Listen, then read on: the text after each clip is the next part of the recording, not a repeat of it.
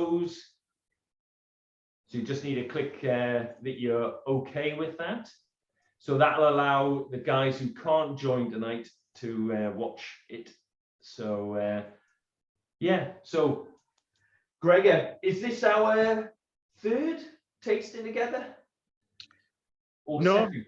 It must be third, yeah. No, but it's good to finally be doing just a run of 30-year-old Springbanks and various others, because, you know, now that you guys are here and you're part of the tasting, I can finally reveal that we're going to do 2 30-year-old Springbanks, 40-year-old Macallan, 20-year-old Aaron, and obviously we're going to finish it off with the 27-year-old Bowmore. So thanks very much for tuning in. Thanks, Gregor. Yeah. That's much appreciated. I mean, for such a poor lineup, I don't know why we should all hang around. No. So the St. Bridgets Kirk. The St. Bridgets Kirk is obviously made of. I've got it here actually. It's got 1, 2, 3, 4, 5, 6. It's got 7 components in it. Well, sorry, 8 components, and of the 8 components, they are made up of 1, 2, 3, 4, 5 distilleries. So, to be brutally honest with you, the reason that we did St. Bridgets Kirk is because we had quite a lot of blend casks, or casks made up of blend components. And the reason we ended up with lots of blend components is that when I was re-racking casks about 5 years ago, you would get leftover spirit when you pour a 250-litre hogshead into a 200-litre wine barrique. So through that, I told the bottling hall to just put it all into casks, all the leftover components. So what this is it's a blend cask, but it's no ordinary blend cask, because the cask that all the components were put in was a first fill ex Amarone wine cask that I sourced direct from Italy.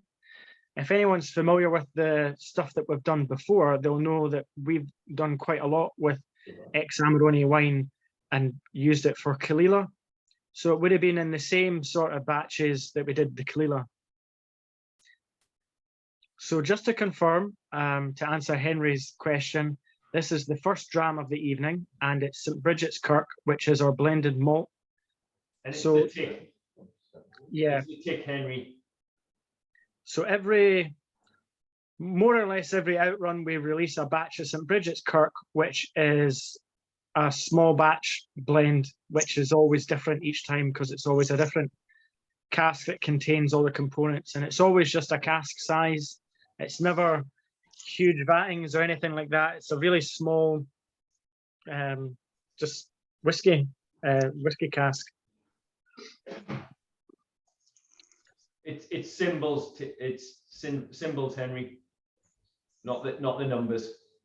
So, Gregor, it's got a fantastic nose. I haven't tried it yet, but yeah. I mean, just like I think it's Callum and Kate have just said, it's basically your infinity cask, isn't it? Or one of them. How many of these have you got? Well, it's not really an infinity cask though, because we don't really add to it on once it's done. So really, yeah. It's sat for a period of 5 years, and it has just all the components have just married within that 5 years.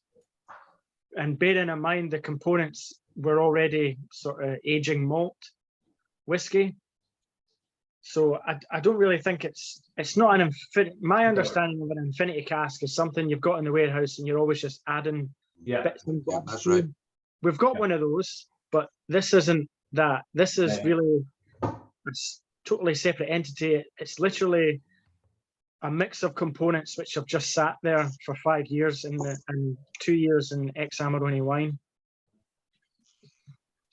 And I take it you wanted to brand this specifically away from almost what you're doing in terms of the Lady of the Glen stuff. That's why you went with the St. Bridgets Kirk, that you wanted to have that as a label for blends. Is that right? Yeah, so I felt, and so did the team, that there would be confusion if we started releasing teaspoon whiskey and blended malts or blends under the Lady of the Glen brand. So we set up St. Bridget's Kirk, which was to be that route to market for teaspoon whiskey and blended malts. Yeah. But the way that we made St. Bridget's Kirk is it's named after a local landmark in the area, but the label has like the floral pattern from Lady of the Glen on the back. So there is a sort of crossover in terms of the branding. What's everybody thinking about this? Hi, Graham, by the way. Oh, he's connecting to audio. We're on the tick if you, and Steve, we're on the tick if you can hear me. What's the AV on it? It tastes a lot more. 48.9. Feels more like 52 or 53. It does feel a bit bigger, doesn't it? I think one of the questions, Gregor, was can you share with us what made up this blend? Are you able to kind of share? Do you know what went into it? Of course, yes. So it has Okroysk. It has, all right, I'll go into the details just so you know how professional we are. So it's got Okroysk, cast number 815606A, AYS 10th July 2014. It's got Okroysk 815623A, AYS 10th July 2014. It's got Blair Athol, cast number 308093A, AYS 21 August 2012. Ben Rennis 308791A, AYS 14 May 2014. It's got 2-inch gowers. One of them is the AYS 27th March 2012. The other one is the 31st of March 2014. And it's got a Caol Ila 10th of March 2014. Now, if you're really wanting to be super geeky, some of these casks have actually been released because, as I mentioned before, these were originally components that couldn't fit into the barrique. So, for example, I believe the Blair Athol has been released, and that was released in a sauternes cask. And I think one of the end gowers has been released as well. That's right. Under the Lady of the Glen. Can you put that in the chat at all? Can you copy and paste that information? Well, that'd be telling. I couldn't write it down quick enough. Yeah. Gregor, I have to say, having tried that, I wasn't expecting much from it, to be honest. No one does. No. Yeah, but that is a lovely dram. I think it's the ex-Amarone wine cask, to be honest, because the components themselves are quite young. Yeah, but I mean that's very rounded. It feels and do you think that that's the Amarone cask that's kind of allowed it all to kind of come together nicely? Well, I think it's the marrying time that'll give it the roundedness. We put a huge emphasis on making sure that Dalgety, which is the other brand, and St. Bridget's Kirk have got really strong marrying times. So well over a month. This one's obviously well over 2 years. Yeah. So I think it makes a huge difference. Yeah. What's everybody thinking about this one? Good. Like this. Very pleasant floral with beeswax, just a little bit of smoke, ginger and toffee. Yep. Cherries and toffee. I mean, the official tasting notes on it mention ginger, distant bonfire smoke, Jamaican ginger cake, strawberry jam with dried orange peel, and I guess a lot of that is what you've just said. And I guess some of that smoke, if you like, has come from the Caol Ila that's been in there. Did it hurt when you put any of these into this marrying process? I mean, was there some of the whiskey there that you thought, Christ, this is beautiful stuff on its own? Am I just quite kind of Do the sum of all these parts genuinely add up, or should I actually be keeping some of this? Well, you obviously made the decision already, but are you pleased with how it's turned out? I'm pleased with how it turned out.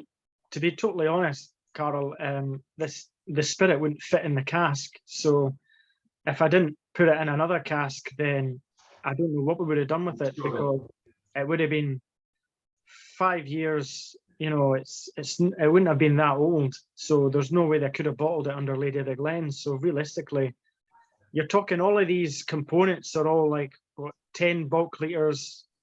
You know, some of them are 5 bulk liters, others are like 15, 20. So there's not a whole lot you can do with that amount of spirit unless you put it together and then hope it works out in a decent cask. Basically, it's all therefore leftovers. So we should turn up with a plastic bottle, you know, a 5-litre plastic bottle, and take your empties away for you, your leftovers away for you. The ex-Amarone wine cask probably cost more to actually get that than the spirit. So Yeah. I'm not going to smoke. I'm not going to blow smoke up your ass, but I think this is a great idea.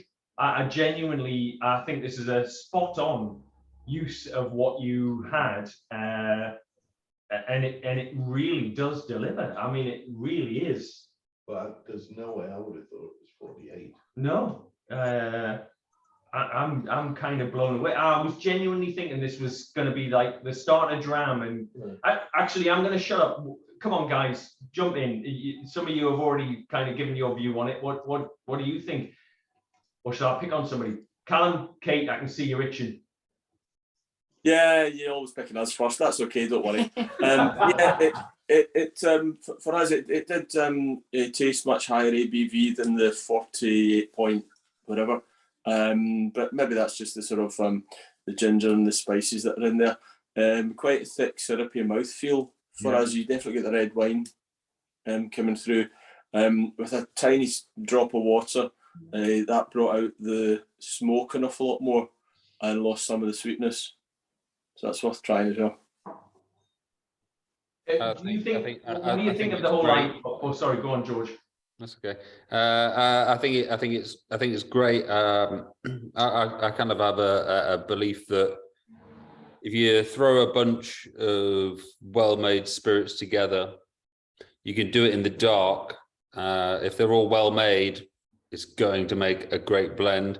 Obviously, wood is a key factor, and you've obviously hoyed it into a good cask, and lo and behold, good spirit and good wood will only ever make a good whiskey or a good blend. You know, I've played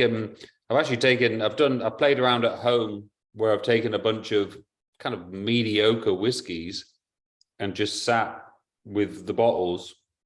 I say mediocre, like still good whiskies, but kind of not exceptional. And actually, if you throw them together and take your time and blend them, they actually make something better than is it is better than any one single component. You can do it at home, and I think this is a prime example of just taking some stuff, putting it together, good wood, good spirits, and lo and behold, you've got something that's better, probably better than any one component that went into it. And I think this is scrumptious. Oh, thanks, George. I mean, yeah, someone else has done all the hard bit, to be totally honest, by distilling it. We've just been patient enough to be able to put it in a cask and leave it for that amount of time. Time's really another core ingredient in that.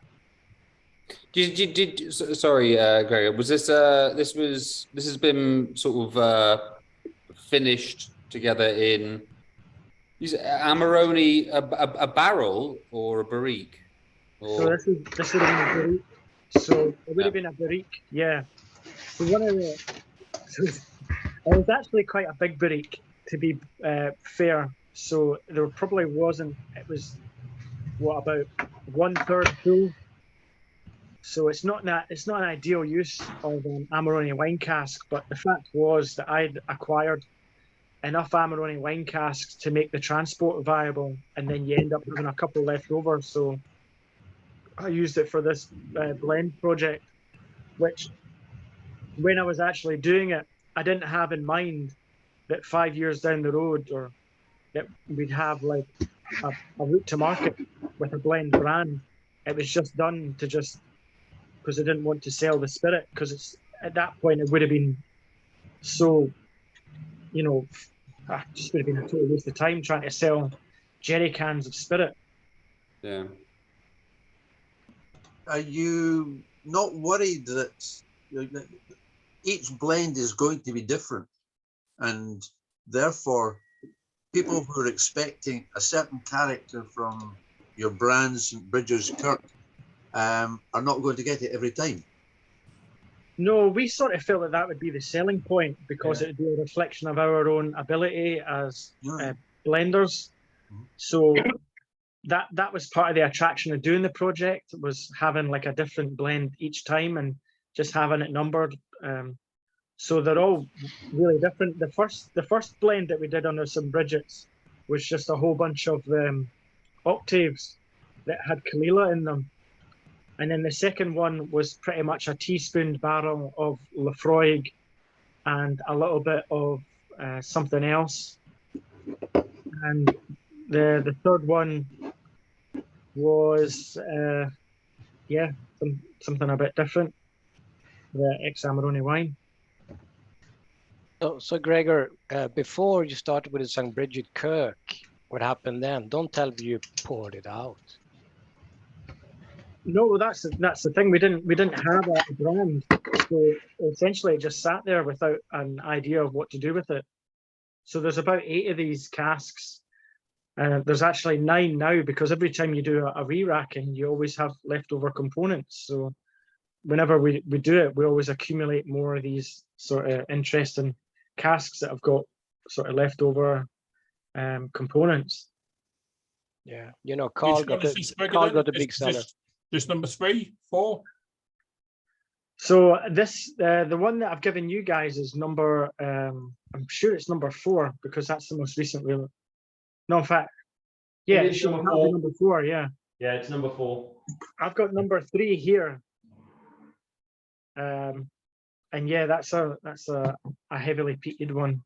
But number 4 is a bit more sort of something that we've actually just sat on for years. Mm.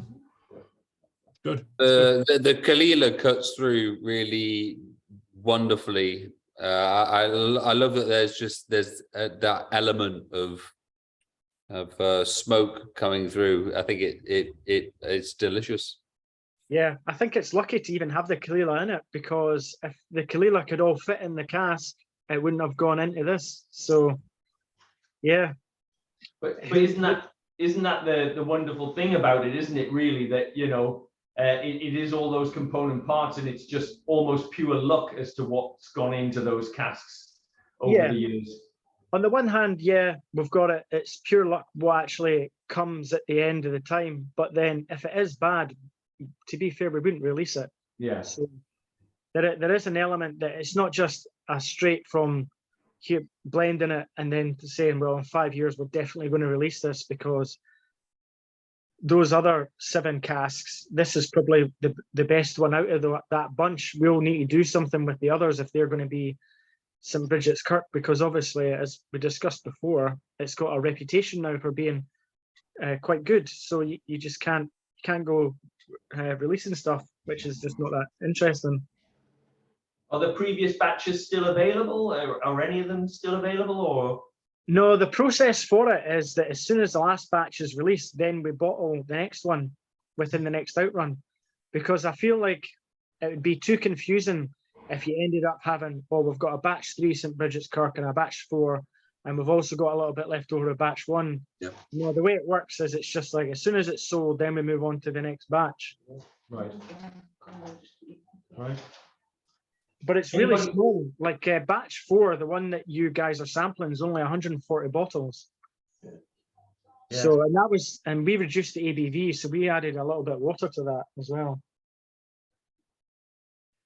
was there any, can you remember trying all of the constituent parts of this? Did you try them all before you put them into the cask? No, I've got the way it would have worked is I have when I've done re-rackings, I just have like a plan of whatever's getting re-racked, and you just do it. Yeah. And then afterward, at the time, I would find out, Gregor, you'd get an email saying you've got all these other leftover components that are lying in jerry cans. If it's in jerry cans, it means it's not maturing or doing anything. So at that point, I would have given the instruction to say, okay, just put it all in a cask, and we'll look at it at a later point. Next time you've got a bunch of them, just let us know. And NEWAS will buy them off you. It's a lot of hassle, to be fair, because they're all different ABVs, different AYS. And no one wants, like I said before, 5 litres of this, 3 litres of that. And see, on their own, like back then, they would have been really uninspiring. You just would have thought, well, it's well made, but it's still got a lot of time. Like I said, time's a huge factor in this, and so is the ex-Amarone wine cask for bringing it together. And is that a standard? Is that the kind of cask that you're thinking you might use for future St. Bridgets Kirks, or have you got a plan for the next release and so on, where it's going to be a different cask type altogether, or no? Well, does that work? No, we're going to have different cask types. The whole point in St. Bridgets Kirk is it is more of like a fun project. There's not a whole lot of revenue going to get generated from St. Bridgets Kirk, so it's really just a something to just try and experiment with. Well, and ultimately it's about sustainability, isn't it? I guess you're making sure that what's there is still then used. You know, it goes out to the market and is enjoyed. Yeah, it has to be enjoyed and it has to be consumed and drunk. We're not really in the, I mean, even Lady of the Glen isn't in the market for creating collectible whiskey. We don't feel that that's where our place is. It's all about consuming it and drinking it as a food product. Definitely. That's what whiskey's for. Yeah. So, any other comments from you guys? Could I just ask what the Ben Rinnes cast was again, Gregor, please? So the cast number is 308791A. So the original parent cask, which that would have come from, would have been 308791. The AYS was 14th of May 2014. And I presume they were all bourbon. These would have all been refill hogsheads. Yeah. Okay. Was anybody else very pleasantly surprised by this? Had their own kind of expectations for what it was going to be? I've got to say, I wasn't too taken with the nose as it came out of the sample bottle. It was a bit too overly winey for me. I much prefer it with a bit of water. Yeah, I think the water definitely improves it, even though it is, for what I normally drink, quite a relatively low ABV. Yeah, I know what you mean. Well, we picked 48.5 because it's meant to be that sort of key ABV. Like we'd heard in the whiskey industry that stuff bottled at 48.5 is the best ABV. And without really doing a lot of research into it, that's what we try and aim for. So this one's bottled obviously not at 48.5, but at 48.9. But it just, you know, you can't trust the guys in the warehouse to do everything right. So, Gregor, as I'm sure Callum Kate will appreciate, you've got blends like Campbelltown Lock, which are fairly common these days. North Star do some fantastic blends as well. So actually coming into this, I actually had high hopes and it's delivered. I don't think blending is a bad thing. I think it's fantastic because it gives you a different profile, just like Glengarry is different to Annandale, which is different to insert name of distillery here. It makes no difference. Essentially what you've done is you've created your own mix of that to create your own kind of profile. I think it's great. I really do. Well, thanks, Dave. That means a lot. I don't feel like we've been particularly creative with this, if I'm being totally honest. And I think because the volumes are so low, I think it draws more attention than what it's actually worth, because it's a single cask's worth. So it's like 100. I mean, this is 140 bottles, so it's like one Lady of the Glen release. But the feedback for St. Bridgets Kirk's been really, really great, which is really rewarding, because it's a lot more of a reflection of how we are as a team. So it's what you're saying is it's a single cask blend. I mean, fundamentally, that's what it is. Yeah. I mean, I know exactly what's going in it. I know when it was re-racked. I know when we put the original spirits components together. So there isn't much more I can know about them for the distillate and the spirit. So it's to be honest, it's a good product. Sorry, Gregor, maybe cheeky. How much are you selling this for as a go? So this one, it's on the website now. It's actually the only product today that will be on the website that's available for sale. £55, I believe. Yeah, 5 left, 9 left. To be fair, we would like, this is the cheapest product that we've ever sold.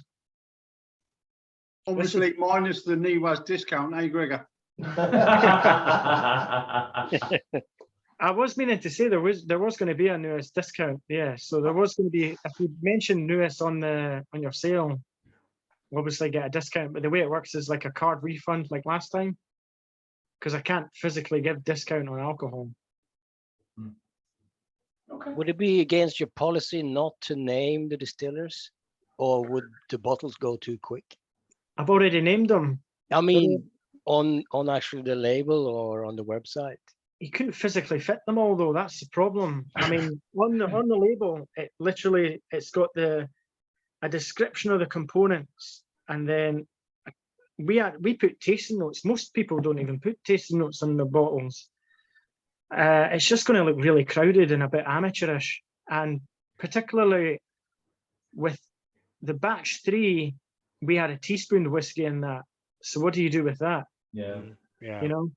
I think, Gregor, it's pure laziness that you haven't created an NFT that describes all of the details, and then it's locked in a blockchain so that we know precisely what we're drinking. No, I'm being stupid. I don't know what NFT is, Carl. So non-fungible token. There you go. You learn something new every day. I don't know how you monetize that. So I know we had a question from Henry saying, are you planning to reuse this cask? So just a quick question there in terms of the Amarone cask. Yes, we did reuse it. Yeah. Brilliant. Good. Okay, interesting. Is that going to be for one of the Lady of the Glen releases, or is that going to be for the next St. Bridgets Kirk, or? It'll be a Lady of the Glen release, but it'll be a long way off because it's obviously the second use. So it's going to take a lot of time. Okay, thank you. And then what I have to do is I have to go to the room that was split opinion on this. So Jan and Carl, you reckon that one of you might be a big fan, one of you might maybe not so much. So Carl, it's a thumbs up from me, Carl. All right. So Jan, are you being a little bit less favourite? Yeah, I'm just in a grumpy mood today. No, it's. I mean, the nose. I agree with John. I think the nose at first I wasn't particularly keen on, a bit too florally for me. But actually, I've grown to kind of like it a bit more. It's probably more just a reflection on me, not actually on the whiskey itself. I'm not a big sort of Valpolicella wine drinker. It's just too dry a wine for me. I just find it. For me, it's just a bit too dry. No feelings. Thanks for the feedback. But that's just somebody who doesn't like that type of wine, you know. Fair enough. We use it a lot for peated spirit, Caol Ilas, and it seems to go down very well. I think it, particularly with Caol Ila, but I'm not going to be pig-headed enough to think that Caol Ila only goes with Amarone wine, because it pretty much goes with anything. So. It smells delicious in an empty glass as well, once it's actually been finished. I know it's not ideal for an empty glass, to be had, but you know, it actually smells. The nose on it is even better. Well, I was comparing it with the 46% ones that we had today, and it's just. Oh, I've blown them away. Yeah. We popped into Filey Bay to Yorkshire Spirits today, and yeah, I mean that is actually giving everything that we tried at Yorkshire Spirits. Nicer than the Fino. Yeah, it's given them a damn good run for their money. Let's just say that, and a cheaper bottle as well than anything that we tried at Yorkshire Spirits. I'm not knocking them. I'm just you know. No, just keep knocking them. They're not that good. It's Greg, hard to if get I may. cheaper for this, yeah, to be honest. What's the Dalgety brand that I've just seen on your website? That's the reason I was on my phone. So Dalgety is the single malt brand that we do. So what we do is we marry sister casks to create single malts. Okay. So we're Lady of the Glen single cask from one distillery, Dalgety single malts, so it's sister cask from the same distillery, and St. Bridgets Kirk is blended malt. Hi, Franchi. I believe you have got this set. So just to let you know that we're still actually on just the first dram of the night. 35 minutes on dram one. It's going to be one. Sorry. I'm currently at the swimming with my boys, so I'm just listening in. Just thought I'd pop in so down. Your audio's very low, Franchi. We can barely hear you. Swimming. I'm at the swimming with the kids, so I'm in the background here. I hope you don't have to dive into the pool if you're having drams. Well, if you do get a chance to try it, the first one we're doing is the St. Bridgets Kirk, which is a tick. So just so you know. Right, so shall we do the thumbs up, thumbs sideways, thumbs down for this one? I have a feeling we might have a split room at least in one place. I think we're all thumbs up. Oh, John's sideways on that one. Right, okay. Well, I think that's a pretty decent. Steve Laidler, are you kind of hiding there in the background? Do you want to give your opinion on this? Or are you able to unmute or? Yeah, I haven't actually tried it. I've been eating, that's why I've been off. So I've now stopped eating. So I'll tell you in about 10 minutes. Grand, okie dokie, excellent. And Graham, what are you thinking? I didn't see whether you gave this a thumbs up or if you're able to unmute. What's your view? He's fallen asleep. Yeah. Or Henry, what was your view? Because we didn't get a chance to see what you thought of it. I've got a bit of a cold right now, so I'm probably not tasting it at its best, to be honest. Right. But I think it's just got a really nice, good balance of sort of everything. So it's not too smoky, and then you have the Armoni cask that just gives quite a nice sweetness that cuts through a lot of the spice from sort of quite a young sort of mixture. Mm-hmm. So it just end up being a really balanced dram. Yeah. So that was definitely, from what I can tell, a definite thumbs down. I'll leave interpretation to each of their own. That was a thumbs up. Yes, thank you. Thanks, Henry. Right, so I guess the next one. So Gregor, I guessed it might be the Tormore. Is that correct? Carol, yes, that is correct. That's what I would have gone for, yeah. Holy shit, a brick. Yeah, right. You've still got another 3 to go. I've still got plenty of time to make a mistake. I was about to say, this is where Carl calls an end to the do, and that's it. He's 100%. He's done. Well, you can only get the next 2 wrong. I can only get the next 2 wrong, yes. So this is the Lady of the Glen Tormore, and it's the sample bottle that's got my lovely artwork that is a heart on it. A heart. That's in heart. Yes. Yes, and if you want to decant the next one, I guessed it is the Teannich. Is that right, Gregor? Would that be your next one after this one? Yeah, I mean, it's sort of, yeah, you could do that, yeah. No. Oh, so that That sounds like a no, Gregor. No, no. I mean, you're obviously going to finish with the one that I think you're going to finish with. So Well, yes. you had a 1 in 2 chance to get. Oh, just diminish me, why don't you? So if you want to decant the next one after the heart, the next one I've suggested is, well, that Gregor's going to go with kindly, is the smiley face. So if you want to decant the next one after the heart, it's the smiley face. So I pulled them all beforehand. I hope that's not a problem. no, absolutely. That's the best way of doing it, George, as you well know. Grant. Okay, so what do you got to say about this wonderful Tormore then, Gregor? So we bottled this after finishing it in the sauternes. Yeah. I don't really know what else you want me to say. The sauternes cask was not first fill, so that's good, because a first fill sauternes probably not always great, but can be a bit rubbery if you leave it too long. Second fill usually a much better balance of color. So this Tormore, yeah, it was re-racked last June-ish, June, July. So yeah, it's been in the sauternes cask a while, and that's provided it a lot of sweetness, obviously, a lot of viscosity, which you sort of want with a wine barrique when it's good. There's also elements of ginger in there and Parma violets. So all in all, I think it does what it says on the tin.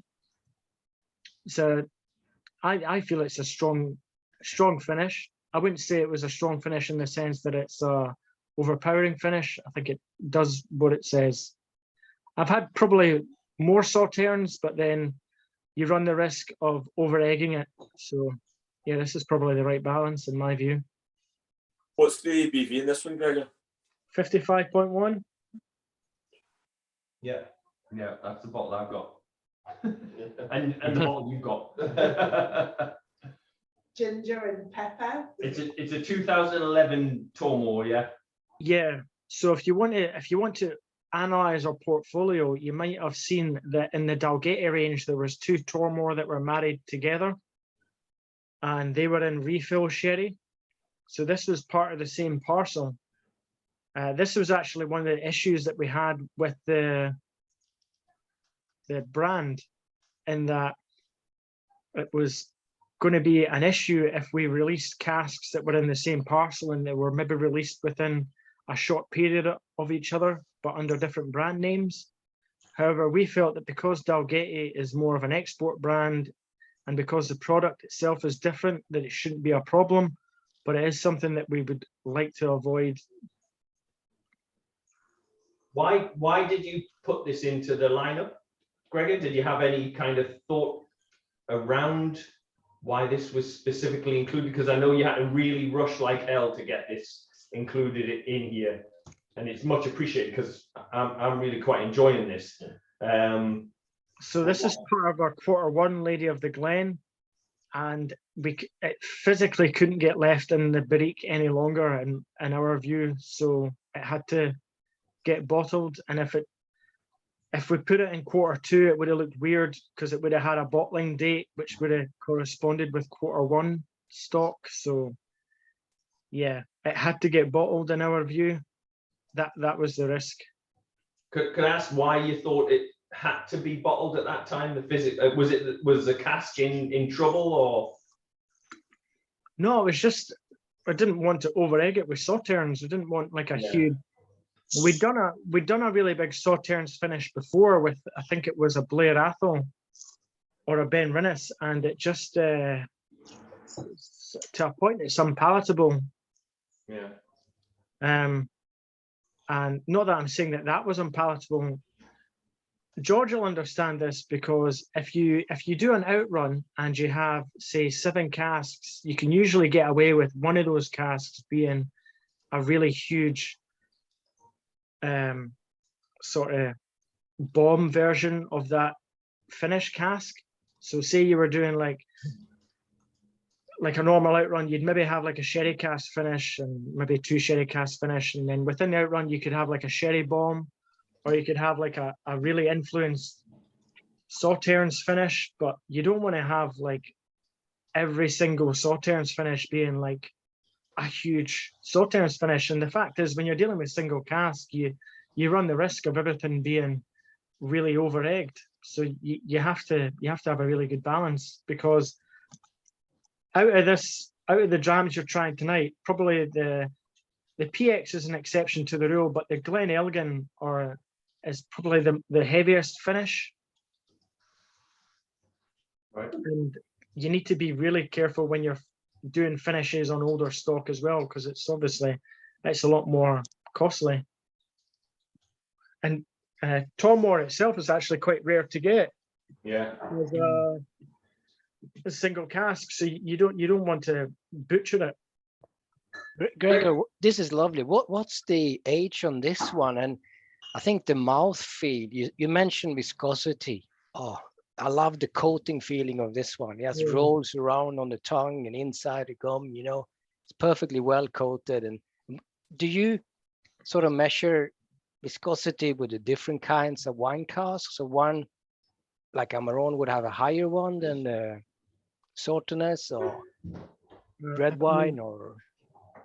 That's probably given us the benefit of too much technical knowledge, because we actually, when it comes to viscosity, you can't really know what's going to happen. You just sort of taste it and you think, yeah, that's got what we want. It's got a sort of velvety waxiness that coats the tongue and sort of seals it in. But with this, I think it can quite naturally happen when you finish whiskey, because it gets a bit more sort of the resin and the sweetness and the oak character from the cask if it's first fill. So that's the benefit of it. So this Tormore is 11 years old.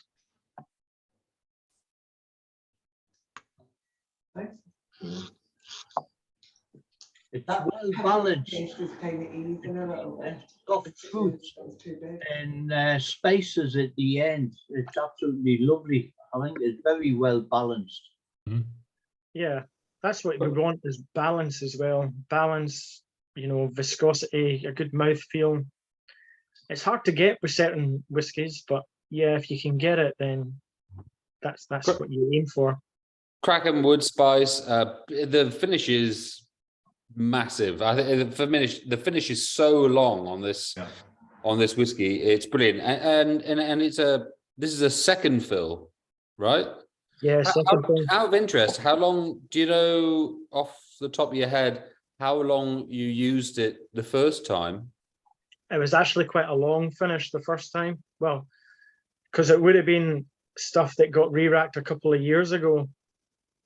So it would have been a long finish. So if I'm going to be technical, I could look, if we look back to what we bottled in Q2 last year, it would have been a cask from then, or Q3, and then we would only have bottled that if it was ready. So we only how long, sorry to interrupt, how long was this finish for? So it would have been at least 6 months. Right. It's brilliant. It's a wonderful finish. Tormore, I think, you know, because it's been bought by Elixir Distillers, hasn't it?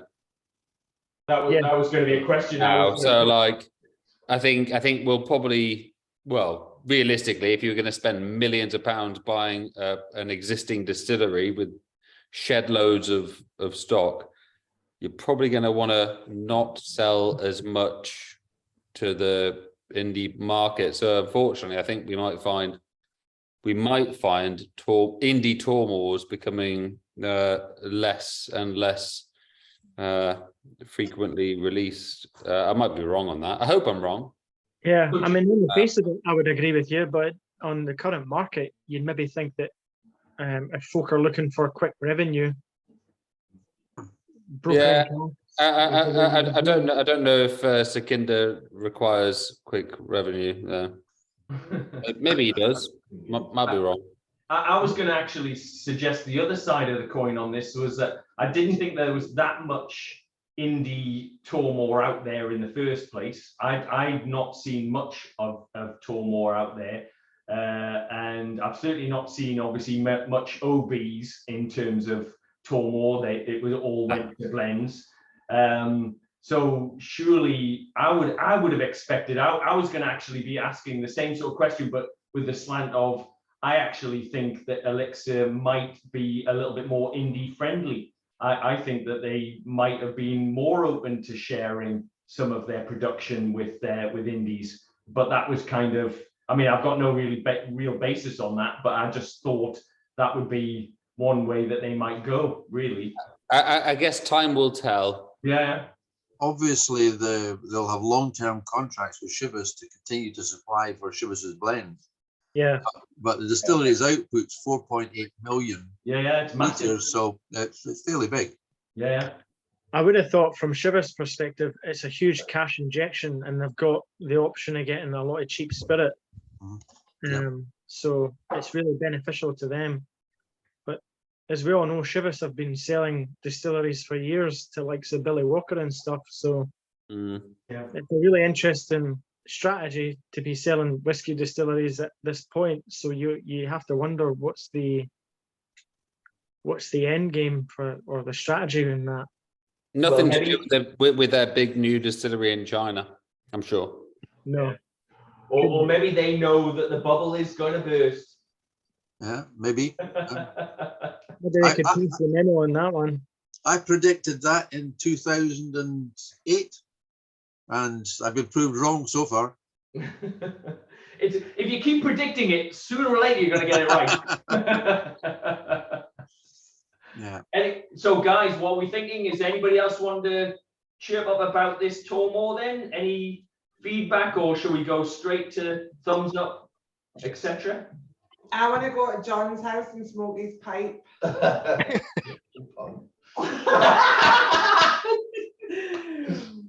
Is that a euphemism? That's not right. That wasn't what I meant. So we'll end this conversation now. Just Right. like I can almost smell it, even though I'm not in the room. I'm like, oh, but that smells amazing. Right. It's, I'm smoking a Caribbean coconut blend. Oh, definitely. Well, there you go. Yes. Not that NEWAS sort of condones smoking. There are other blends. There are other blends on the market. It massively condones drinking alcohol. No, absolutely not. It's terrible. It's bad for you and stuff. Anyway, right. Another Juice Forsyth, another beer there. That's from business that we collaborate with. Yes. We were before. I was going to ask you actually what beer you were drinking earlier on. Oh, did you ask? Yeah, sorry. No, I was going to, but obviously we got sidetracked. Sorry, John. So what was it? I had their wheat beer, so that always gives me a really bad hangover. This is Green Monkey. So this is from Reed's Gold. So they're based up near Aberdeen. Before that, I had a Brew York coffee bake. I wouldn't recommend this though. They've got much better beer. And this one here is a Brew York Juice Forsyth. Generally, Brew York's really, really top stuff. I think they're really experimental, so it's great. Is that a sour, Gregor? No, I don't drink sour beers. No, I'm not a big fan of sour beer, to be honest. What is that last one then? What was it? Juice Forsyth. This is a juicy bonus fruited IPA. All right. Okay. Does that answer your question anyway, John? Right. So thumbs up, thumbs sideways, thumbs down for the Tormore. Oh, Brian, I'm coming to you. Oh, Callum as well. I know this isn't on the website. How much is it? Yeah, how much is the Tormore, or how much is it going to be, Gregor?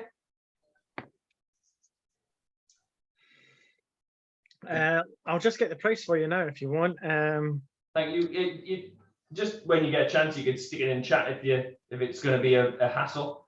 But so The nose initially, I was disappointed when I first poured it. I was disappointed with, but the nose has opened out in the time it's been sitting there, and wow, very impressive. I concur. I think this is a wonderful finish. I think delicious. Brilliant, great. Can I pick up a bottle of this in Edinburgh anywhere? I mean, it's part of the Q1, so it's not officially released. So it will be released in a couple of days, well, next week. So yeah, it'll be available in your, like, say, Jeffrey Street and stuff like that. Yep, brilliant. We've still not got a stockist in the Northeast, Carol, so that's on you. Done 3 and I get a shop to stop my whiskey. So honestly, Gregor, we've had this conversation before, but in the Northeast, we don't have a decent, well, you know, we've got the likes of Wine Chambers that stock some whiskies, but it's not great. And Rehills, again, it's okay. And we don't have a decent whiskey bar. So Christ, the Northeast is literally like a desert. Can you not get Billy Walker to go fund you or something? That sounds like a plan. Yeah. We'll sort something, Gregor. We'll sort something sooner or later. If you can't do it, Carl, I don't know who else can. Your kind words. Your kind words. I don't know which one would do it. So I'm gonna pick on Brian. You were kind of waver on this one. Yeah, it just not my cup of tea, really. It's, you know, it's a space side, it's got orchard fruit, it's got a bit of spice, but it's just, yeah, just not my cup of tea, I'm afraid. Not your cup of tea? The blend was much better. I have to say, when I first tried it, I thought, ooh, it felt very spiky and young, but actually I had a second sip of it and I thought, Christ, that's what I love about this.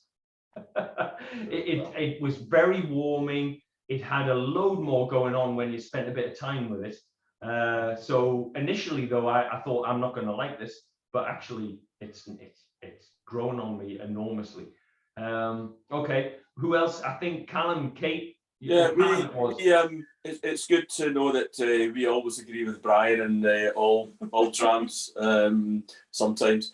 It just felt a bit. I would have liked to have tried the Tormore without it having been finished, to be honest. I get your point, Gregor, about you getting out the cask, out the finishing cask is, you know, just right at the very end. You couldn't leave it any longer, and for us, it was probably just left in a bit too long. It was a bit too spicy, a bit too sort of black peppery chili notes in there. We also randomly got some rhubarb notes in the nose and in the palate. But the mouthfeel, the viscosity was really good. We really enjoyed that. I thought it was really quite sort of vegetable oily mouth coating. But like Brian, probably not one that we would pick up. We're not great sauterne finish fans anyway, are we? Generally, they're generally too sweet and too spicy, aren't they? Yeah. Yeah. Graham, have you caught up with us? Are you able to share your view on this? Are you with us yet?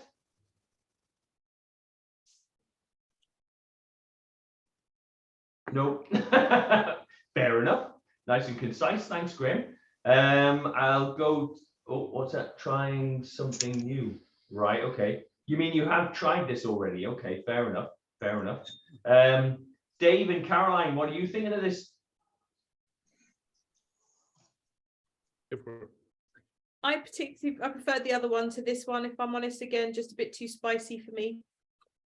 I enjoyed it. I think, as George said, the finish was huge on this, and it just kept giving. Yeah. I don't necessarily agree with the viscosity comments that others made. I thought it was actually a little bit thinner, perhaps, than what I thought it would be, but it's a fantastic dram.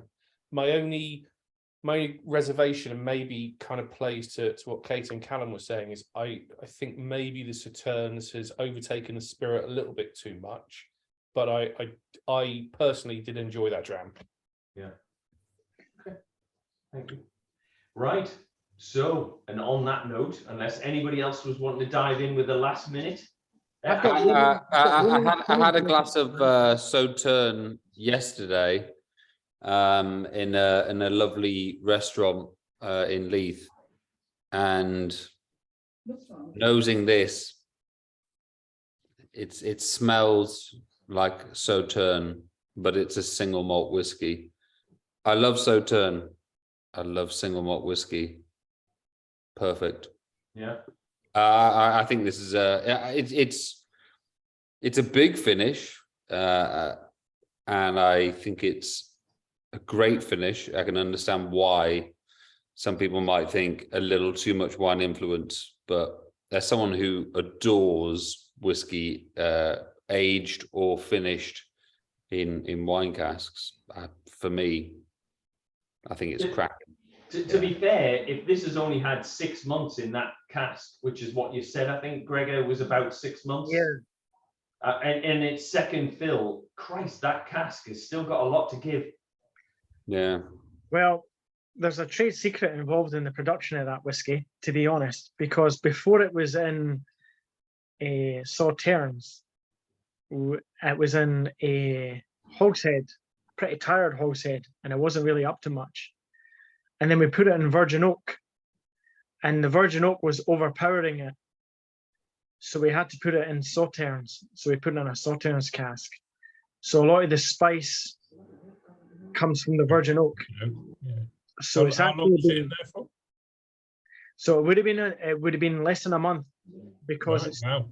virgin oak is crazy. Like you can't, it's just, you can't leave anything in there for longer than 3 weeks, especially first fill.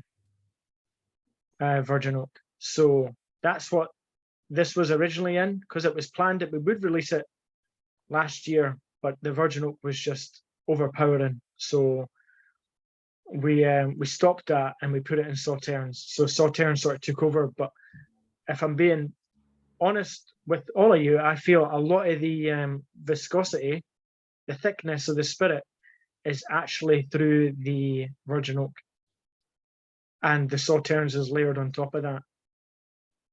I'm going to be a bit of an evangelical here and say that what you've just said there, Gregor, is one of the reasons why I personally love independent bottlers. And that is that you guys genuinely micromanage for flavor. You know, if you'd been a distiller, like a big distillery, you would never have managed that cask as well and as closely as you did, and you've created something pretty damn good from my perspective, from being able to micromanage that cask, and it would not have been handled in any way, shape or form by Tormore like that. Well, you'd hope not. I mean, I think we managed it in the sense that it was it's like trying to hold on to uranium or something, you know, because with virgin oak, it's a bit like that. It's just so uncontrollable. Yeah. And at the time, you feel like you're in control of it, but then it just keeps adding more and more, and then you need to anticipate what it's going to be like, and you have to say, well, no, we need to stop that and put it in something else. Stop the nuclear reaction. Yeah. It tends to dry the spirit out as well. Yeah. Okay. If I'm perfectly honest, I haven't really found a virgin oak that I actually enjoyed. It to me, it injects a lot of pencil shaving type of tasting notes into the spirit. Yeah, I really agree with you, John, to be honest with that. I feel like it either adds lots of pencil shavings, maybe too much ginger and too much floral notes, artificial floral notes. So my only comment to that there, John. So there's a single cask. When I next see you, I'll bring you a sample of a Bimber virgin oak. That is perhaps one of the best Bimbers I've ever had. And I'm a fan of Bimber, I really am. Optimal 10.4 was absolutely stunning for me. Again, virgin oak, but that's quite young. And that level of peat really kind of took that virgin oak and did something with it very, very special. So I have a bit of an affinity for virgin oak casks, especially given that I also quite enjoy bourbon. which is all virgin oak as well. So I think, not to take any away from anything that anyone said, but there's a couple of examples if anyone can get their hands on. Steve's actually got a bottle of the Bimber that I'm talking about. I really, as I said, next time I see you, I'll bring you a sample and we'll share a dram and see what you think. I'm thinking I might get shot down here by Callum and Kate that we recently did a Glen Scotia tasting where they had a 7-year-old virgin oak, and it was a room splitter, so a lot of people didn't particularly enjoy it, but I loved it. And you know, I think I have a little bit of an affinity to virgin oak as well. Just saying. Throw in the Razzie, the Chinkapin is all virgin oak as well, and some of those are superb. Yeah, I agree with you, Callum. Yeah. Okay. So, and on that note, we move to the next dram, which is the smiley face. And that is the Lady of the Glen, Teannich, 12-year-old. And I don't know if Gregor would like to give more info on it, rather than listening to my dulcet tones. So this would have been finished in, well, would have been traditionally matured in a hogshead, and it was re-racked in an aquavit cask over 3 years ago. Is that allowed officially by the SWA? Well, the hogshead was leaking, George, so yes. Sorry, Gregor, I apologise. I've not heard of that type of cask before. Aquavit, join the club, because I use there's a organization that I use in France, and that's mainly who I sourced all my oak casks from. Apart from port and sherry, I would source a whole variety of different casks from the same broker. He subsequently moved to a different company now, but at the time he was dishing out aquavit casks, Riv Salts casks, and other sorts of casks from different places. So what aquavit is, to my knowledge, is a Norwegian distillate cask. Swedish. Well, Swedish. Scandinavian. Dave, I have to take you to my dad's Swedish summer house. We have to have a midsummer party, because that's what we drink every year, aquavit. So we have beer, aquavit, fish, and then we dance around the maypole. It's lovely. I thought aquavit was non-aged. We joke about them. They try to steal our secret. Jürgen, you're on, my friend. So I think we're all coming round to your party. You're more than welcome, Carl. He has a big summer house. It's really unusual, and I can't kind of decide what I think the overall flavour at the end on your palate is. It's kind of savoury and kind of dry.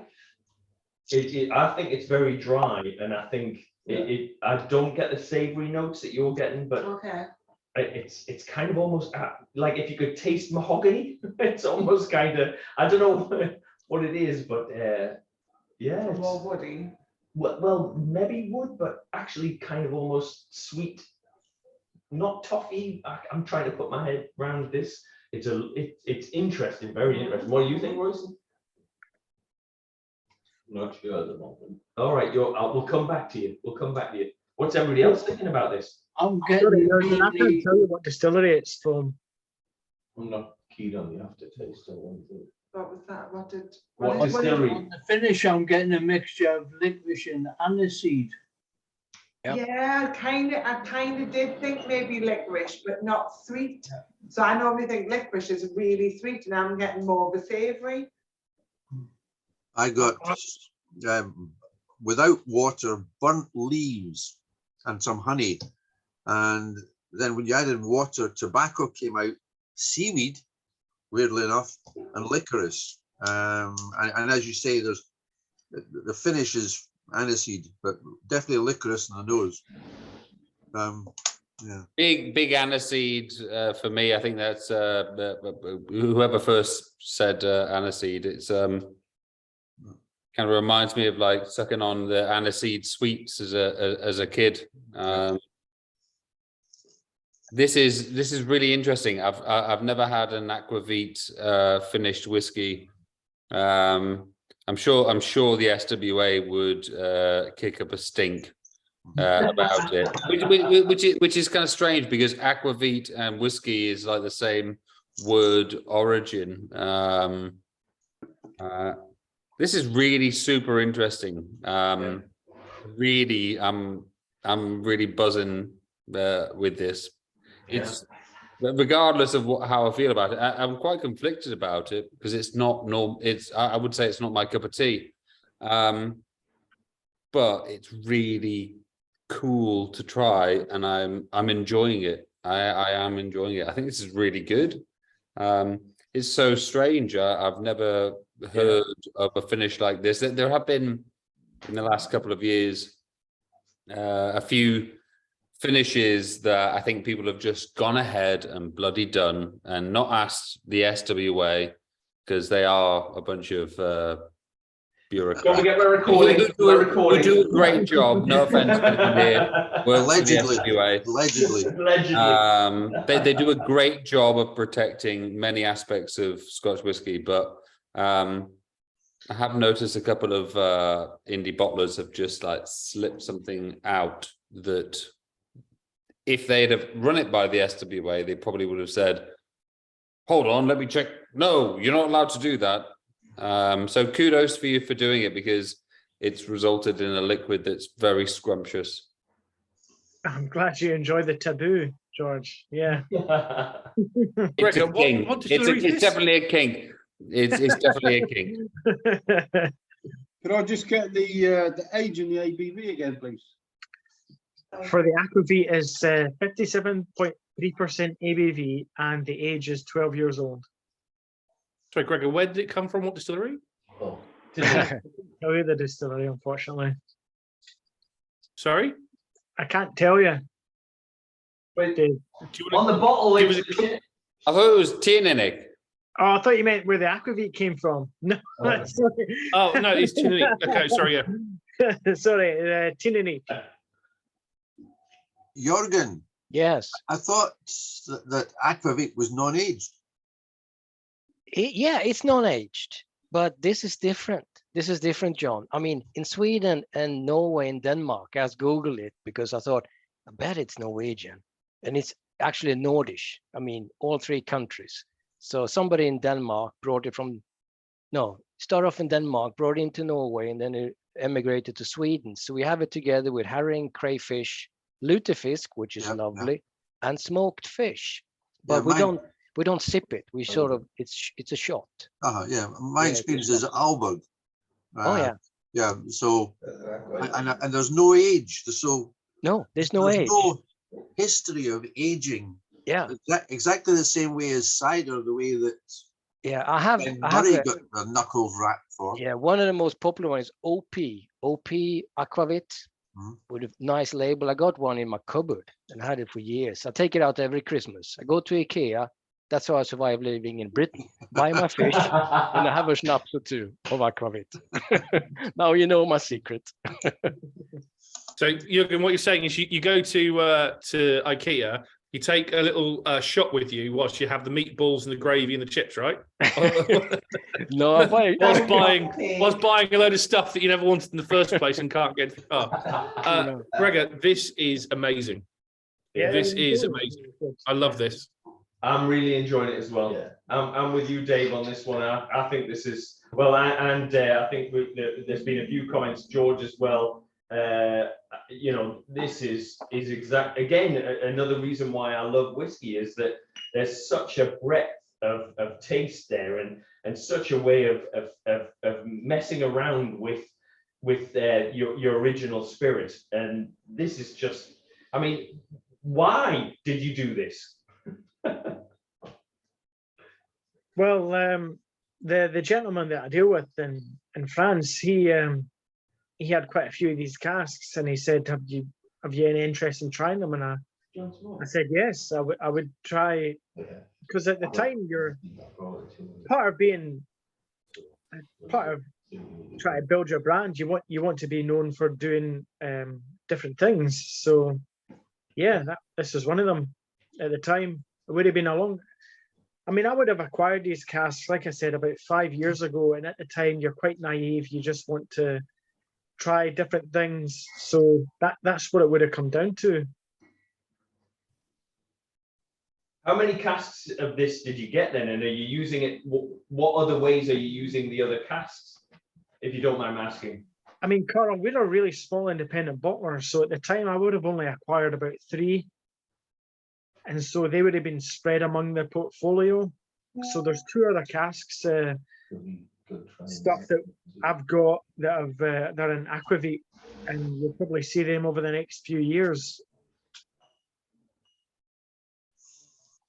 Actually, on the nose, I'm getting a little bit of spearmint just now. I don't know. Yeah, I think I remember there being a bit of weird herbaceousness. Right.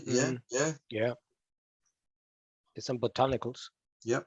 Yeah, So- like curry spices, aren't they? So Gregor, is this available yet, or is this going to be available shortly? And if so, how much? Yeah, like I said, it will be available probably next week.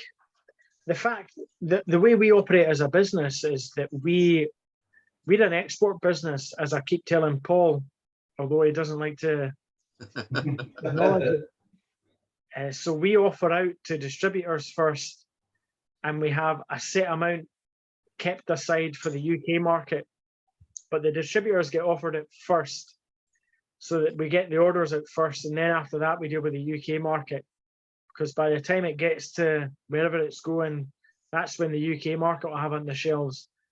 The fact is, we live in an economy now where you can live in Germany and you can pick and choose bottles from France, the UK, Italy. And the amount of feedback that we get from people in predominantly Belgium who say, well, we can get your bottles cheaper if we buy them on Master the Malt in the UK. And we say, well, yeah, because we're made in the UK, so it's cheaper. And a lot of people don't cotton on, like it's obviously going to be cheaper here despite the duty. But a lot of our exporters and distributors don't seem to cotton on to that. But we let them buy first, and then 2 weeks after that, we sell it in the UK. So to answer your question, this will be available for sale by the end of next week. Can I get a bottle in Edinburgh? Yeah, I'm hoping Jeffrey Street will take some, because that's our main. I'll just ask them when I'm next in town. I'll just walk past and go, oh, have you got any of yeah, done. That would help us out, yeah. And Gregor, do we know roughly what sort of retail it's going to be? The Teannich, I have it on good authority, will be about £58. Holy is that that's not including the NEWAS discount, is it? No. So you'll get a NEWAS discount. I'll let you guys have a NEWAS discount. If you put NEWAS and then you put like today's date in the order, then I'll refund you 15%.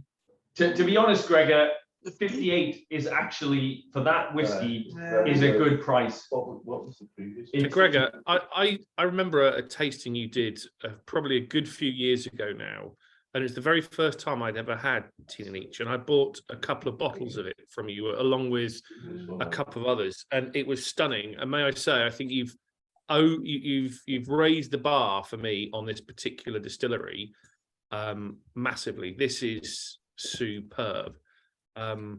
So when that becomes available, definitely I'll be buying a case of this. I'm not even joking. It's beautiful. Well, I'm glad you enjoy it, because the Teannich's a great distillery, and whatever we get from Teannich, it's much better than a lot of the other stuff that we get from other distilleries.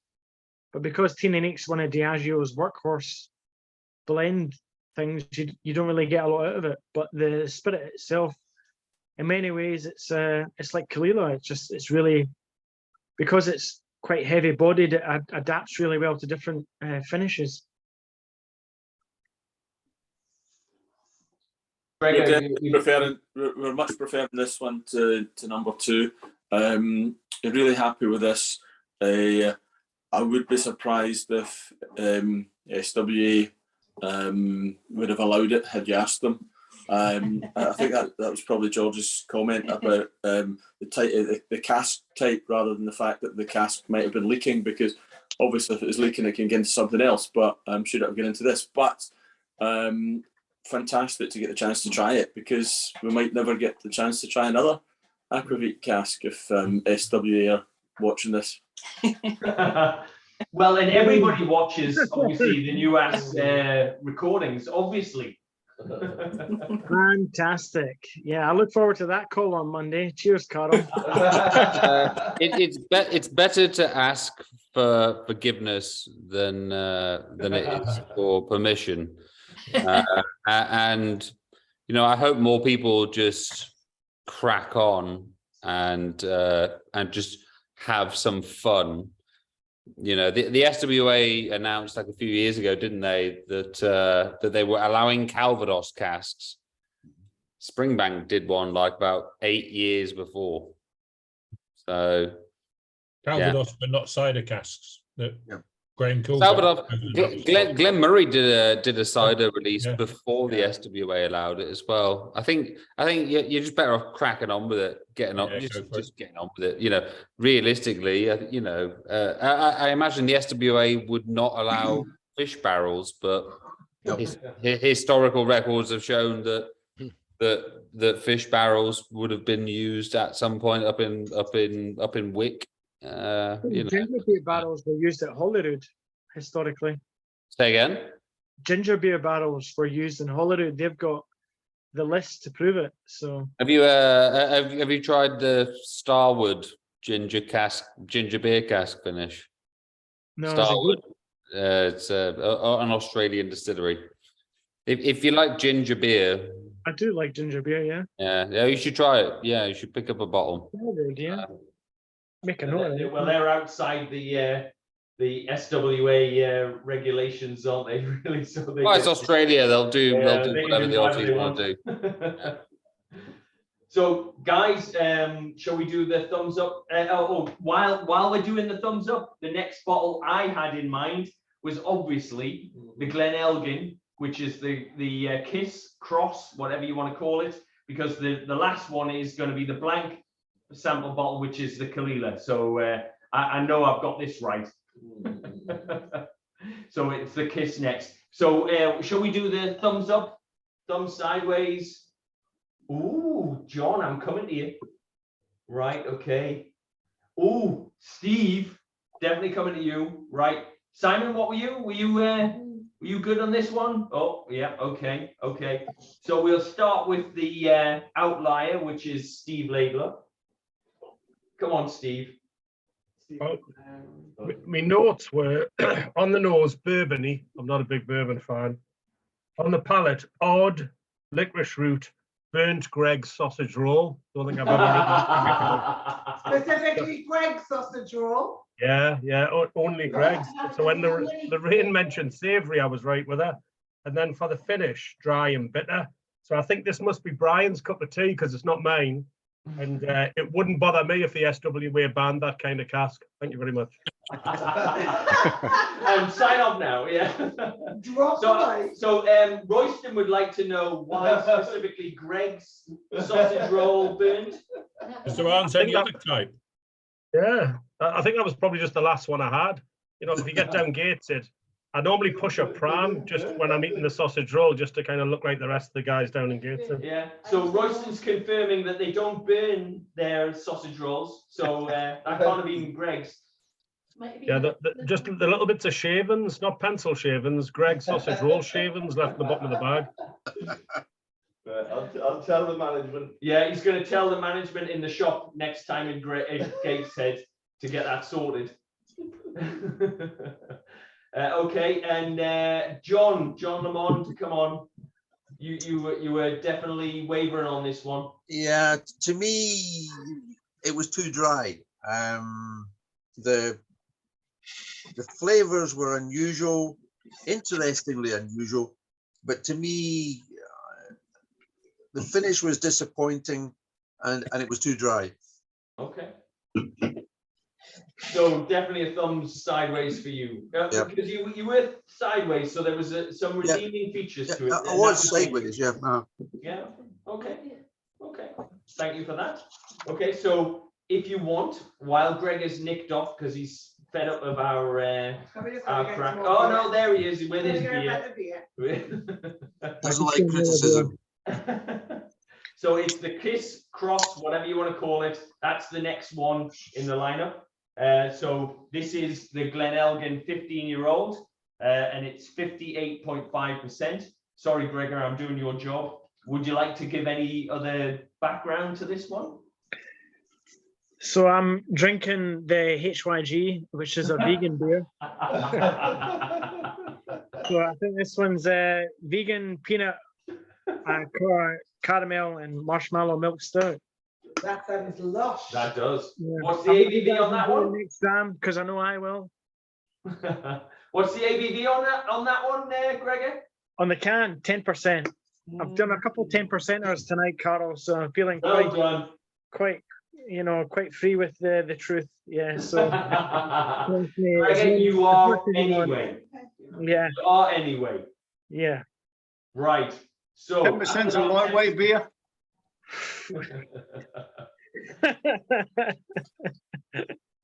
So Carl, highlight so far, really nice.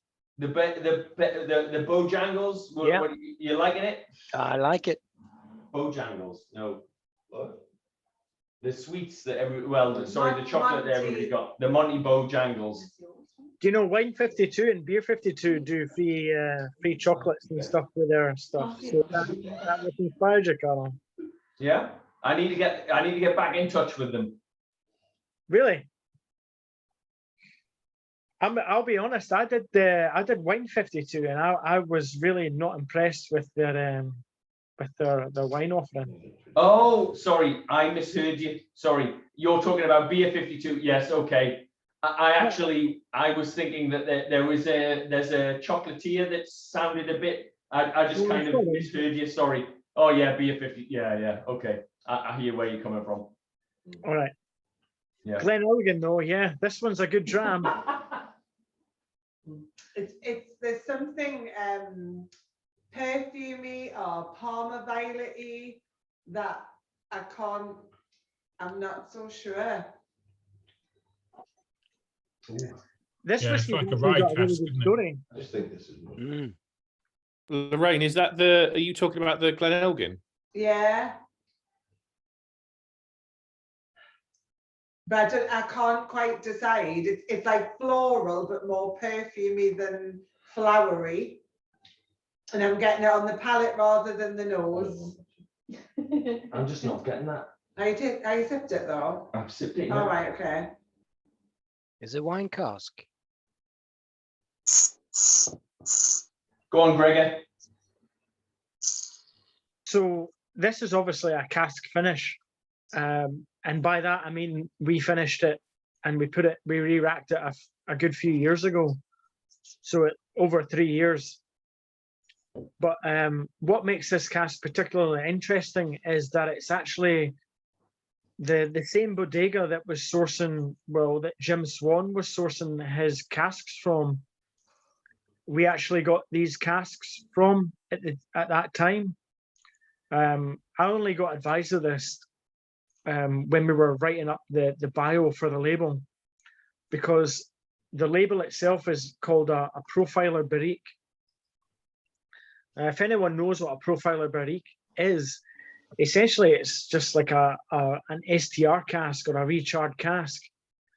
But the actual bodega that provided us the casks was the same bodega that was providing Jim Swan casks, the SDR casks. So we're very fortunate to be having these. We obviously wouldn't mention that in the label because I only found it out afterward. But at the time, it was a bit of a revelation, because what a profiler barrique to us at the time, we were told, or I was told, that we would be getting a lot of baked apple fruits and sugary notes and sort of like a basic barrique sort of flavor to a high char level. And the higher the char, the more sugars and color you're going to get. So that's essentially what this was. It was a Glen Elgin that's been put through a high char barrique. Definitely the best nose of the night so far. Haven't even tasted it yet. I don't know that I want to taste it. It's so nice. Very fresh and countryside and quinns or gorse, honey, floral orange blossom. Really nice. I'm completely with you on that, Callum. That absolutely 100% behind you on that. On the palate, I'm getting quite caramel, or salted caramel.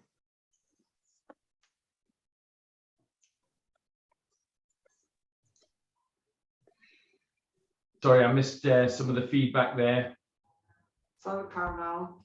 Right, is that Dennis? Dennis. Hiya, Dennis. And Callum was saying it was the best nose of the night, and Dave was agreeing.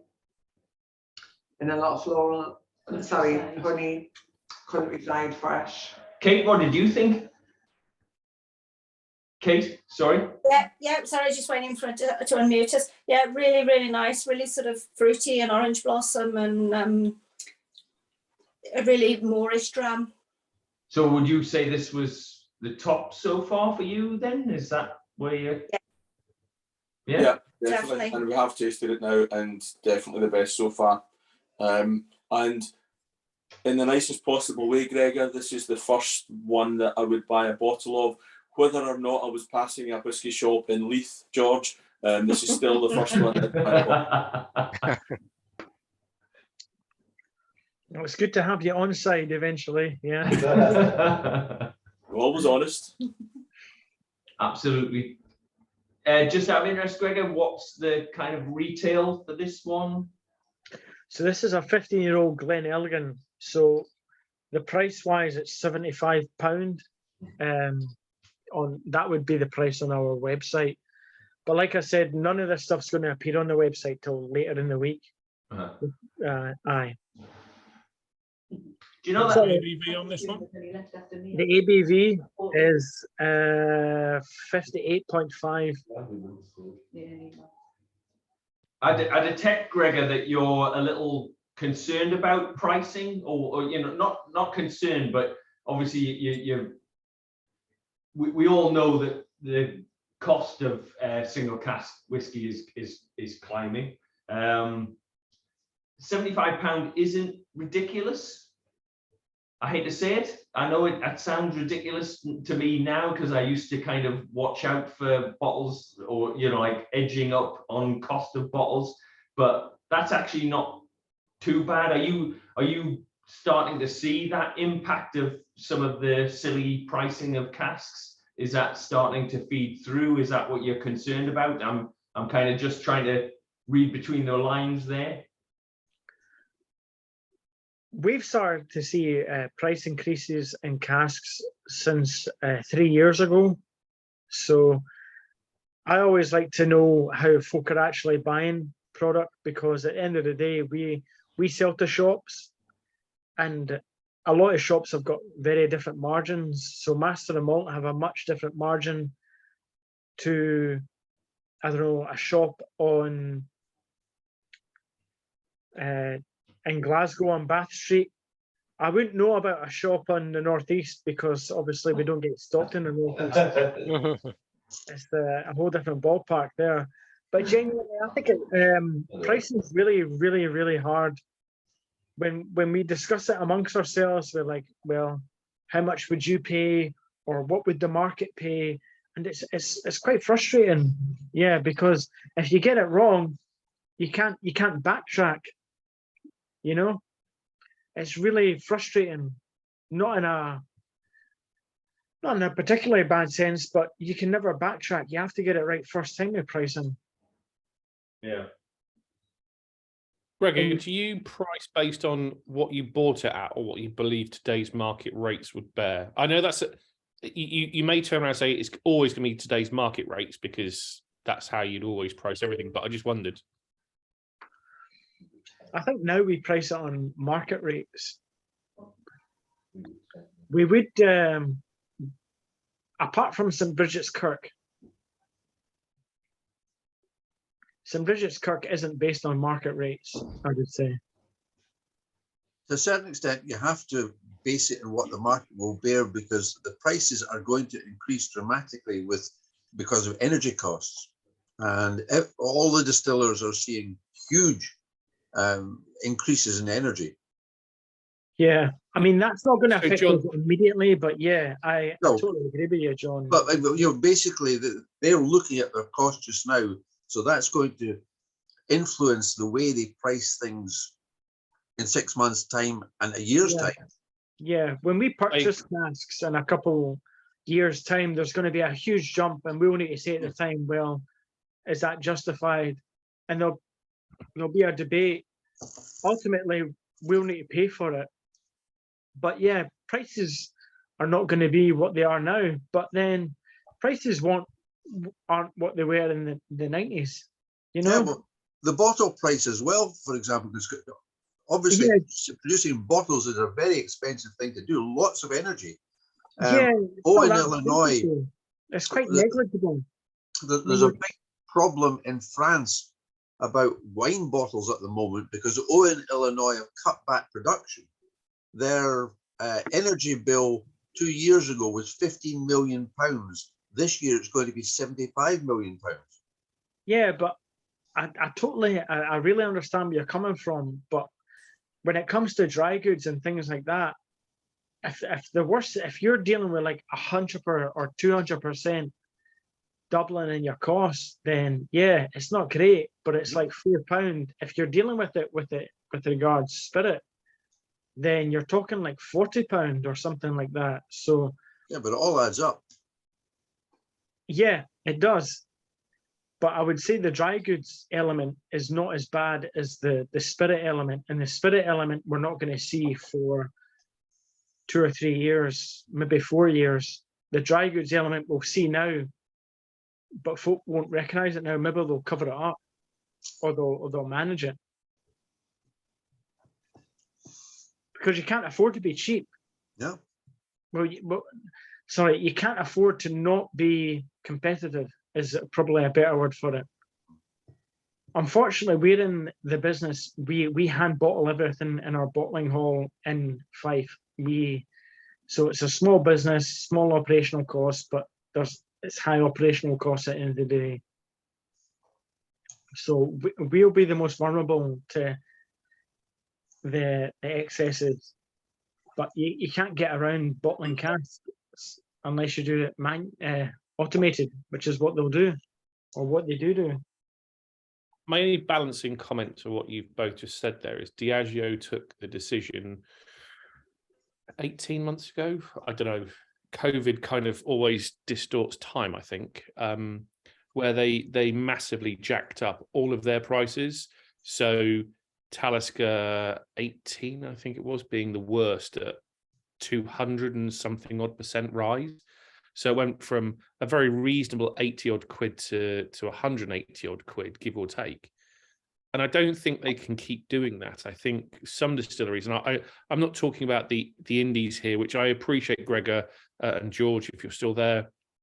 And for you guys, that's the most important thing. But maybe to the point you were making, John, I don't think they can keep affording to put it up, because they're going to get to a tipping point whereby it's too expensive, they can't sell it, and then all of a sudden, as I think you were saying, Gregor, you don't want to be in that position where it's too expensive, no one buys it, and all of a sudden, especially for distillery or for brands such as Diageo, where they've got share prices, if they're not hitting revenue targets, and if the Far East isn't buying because it's just simply too expensive, that's the end of the game. That's the share price, and all of a sudden there'll be a massive contraction, a big shock. And I don't know what happened. I mean, I think we've probably seen what happens there before. I don't know. Maybe I'm looking too far out. Diageo have always put prices up. You go back to the noughties when they introduced the Manager's Choice brand. They had 3 years of that, and the first year they had a 9-year-old Oban at 180 quid. And this is the early noughties. And it all sold out. Yeah. Was it any good though? It was, but it wasn't worth 180 quid. And the following year, they did exactly. What's it worth now, though? What's that bottle worth now? Oh, pass, don't know. But the following year, they did exactly the same thing. Year one, the retailers in Scotland couldn't get enough. Year two, they were left with it. Year three, they were still sitting on the stock 2 years later. That's the problem we have with St. Bridget's Kirk. In a strange way, like, you can't sell like future releases when you've still got stuff in surplus. Yeah. It's like a minuscule version of it, but yeah, you can't. Yeah. Okay. One thing I would say, Gregor, is I've been so impressed with that St. Bridget's Kirk that I'd be up for, you know, like promoting the idea that you're doing this as a festival bottling. So I don't know if that could like break the mold where you don't have to sell all of the previous previous stock of St. Bridget's Kirk, but you know, like that is a lovely dram, and it's such a shame that you have to wait until all of that previous one is sold before you sell the next one. So maybe there's a festival bottling in there somewhere that could be arranged. Well, Carl, I'm sorry to interrupt, Gregor. How much? Yeah. Sorry. How much was how much was that? I hate to add. I think you said it was 50. 55. If I may, and this is perhaps going to be a difficult one. You've got single cask Teannich in a very odd cask, which I think maybe for some could be a bit of a Marmite dram at 58 quid versus a blend, which I appreciate is beautiful at 55. I don't remember the ages. I think it was 8-year-old for the blend. I think it was 10.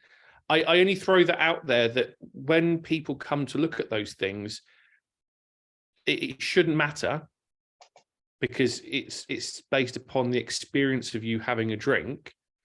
But I think if you look at that, maybe when you first said the price, I was thinking it might be 40, 45, maybe. You know, that's kind of where I thought it would be. If you look at some of the North Star stuff, if you look at Campbelltown Lock, which I appreciate isn't, I know that that's more of a big brand as opposed to an indie, but I'm just going to mention that now. So Kenny and Victoria's Dumbarton Rock, which is a blended malt, was just out 2 weeks ago or something, is under 40. Very good. Oh, excellent. Yeah. I'm going to try and jump in here and suggest that I would never have bought that bottle at £55 until I'd tried it. Yeah, I And understand. I have to say that having tried it and having understood what Gregor has done with that, and you know, whilst you might not have actually technically had much sort of involvement almost in terms of how you might have put that together, but the fact that you've done it, it's good, it's damn good, and I would now pay £55 for that bottle and understand what I'm paying my money for.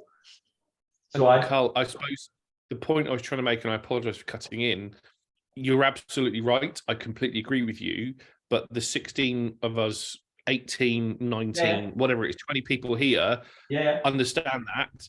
But your standard buying public won't, because they probably won't go through this. And I only make mention, I know, Gregor, you're doing it for the right reasons. I'm not suggesting you're gouging people, because at 50 odd quid a bottle, it's still very reasonable. I'm just simply throwing it out there that might be, as you said, one of the comments you made a moment ago around having maybe pricing things a bit too high, just going to make a small. He's only got 140 something. Yeah, I think that's the thing, and I agree, Dave. And I guess I was just going to say, I understand exactly where you were coming from in terms of, you know, like the perception. Almost, it's about perception of what the value of that bottle should be, but actually knowing the background. And I guess that's the complexity that you have, Gregor, is that you need to get in front of enough people who understand what you've done with that bottle, and and actually it'll sell itself once you've tried it. It is a cracking little dram. I'm going to shut up and let somebody else jump in with their view on it. I agree, Caol. You've got to try it, and that's the problem. You know, for me, it's the best dram of the night so far. But at £55 a bottle, I wouldn't have bought a bottle before trying it. No chance. Well, I have to say that if I was presented the two bottles, the £58 one, which was the Teannich, and if I was presented them without trying them, the Bridgets Kirk and the Teannich, I would have automatically gone with the Teannich, for just because of if you've only got the label and that to go on, that's what you would automatically, you know, me naturally would go with. And to be honest, I probably still would go with the Teannich first, but now I would actually view buying both of them. No, yeah, I would go with a blend myself. Yeah. I did put a post in the group earlier in the week. I'm a big Loch Lomond fanboy, but Michael Henry's just put 3 blends out at blended malts out at £40 a bottle. Now, I know they're a big company. They can, you know, the cost is obviously going to be a bit cheaper for them. But you know, you comparing 40 quid to £55, it's quite a difficult decision. Yeah, fair enough. Yeah, Brian, I agree with you. Like If you see, your like cutting point, is that like the main, like £40 and up to 50 is that's the area where you think, well, I need to double think it. I have a rule. I'd never buy a bottle of whiskey for more than £100. There's just too much good stuff out there, like we tried tonight, for less than 100. So I'd never buy anything over 100. Even if it's but like if I see the word blend, interesting. if I see the word blend, it's just, I know something ticks in my head that it's not going to be as good. Yeah, And that's just not right. I know that's not right, because that was the best one of the night so far. But 55 is still just maybe a little bit too much. So I disagree. Yeah. I mean, I think we've got to recognise, I mean, the big boys are sitting churning out bottles, you know, that are going for silly prices. We won't even talk about Ardbeg, you know, turning out some nonsense stuff at ridiculous prices. Yeah. I mean, it's artisanal business, you know. You're sitting there, you're crafting, it's knowledge, you're sitting doing things. You've got casks, you know, where, you know, you've got a yield of 140, 150, 200 bottles. That's it. I think the difference is that when you're into cask whiskey and single cask stuff, you go round and you get some absolute belters that you'll never get again. For me, 55 quid, 60 quid, you know, is very, very reasonable for what you're getting. I think for me, I've changed the way that I drink. You know, it's events like this, you taste something and you really like it and you think that's an absolute corker, so I'm absolutely going to go and get that. But there's very, very few things I will just go and buy off the bat now, because, you know, you want to get value for money. You want to get something that you know is good, because you can get a stinker as well. Gregor, I apologise. I've started something here, and I apologise. But I was truly trying to help. For me, it's a perception thing. I don't think it's fair. I really don't. But I'm just trying to provide some honest feedback, which is perhaps not the most pleasant pill to swallow, if you will. When you said about the Glen Elgin, before you said the price, I said to Caroline, who happens now to be sat there, I said it's going to be £85-90. I was pleasantly surprised. When you said about the Teannich, I said it was going to be probably 75, and you said in the 50s. So I was under what the single casks were, but I would certainly be over on what the blend was, and that's just purely perception. I absolutely understand. I'm afraid I don't know the last gentleman who spoke's name. I absolutely agree with you, but I suppose what I'm trying to say is that it's about perception of those who will buy. And if you've got Lady of the Glen, Teannich, or, you know, on the same website or the same shop, and right by the side of it, you've got St. George Kirk, or I can't remember the name of the brand perfectly, which is a blended whiskey for literally a couple of quid less. I know 99% of people what they will pick. It's wrong, but I know what they'll do. Yeah, Brian, I agree with you. I mean, tasting like Caol and we're doing tonight is eye openers. So the blends on Bridgets Kirk, 55, you see it on a shelf, like you said, Dave. No, you pass by it. But having tried it, it's brilliant. Like this one, I picked it up at your event, Caol, and I tried it before, and I thought, brilliant. I love this little smoky fella, so I bought one. And would I buy it before? Nah, probably not. But because you can try it, like we're doing tonight, that's the key. So I think, Gregor, you need to do more of these Zoom events. You sell them out in no time. No one turns up to the Zoom events. That's a problem. I think the problem is there's two markets now. There's one for the drinkers like us, and there's one for the collectors. And the collectors seem to have unlimited funds where they're just going to buy it and stick it on a shelf. Well, I would say there's three markets, to be fair, like from a very simplistic standpoint, and that is you've got the drinkers like us that maybe have gone around the houses a little bit more and understand the value of what particularly independent bottlers do, and that is that kind of micromanagement, understanding what they're putting out there at a much more involved level.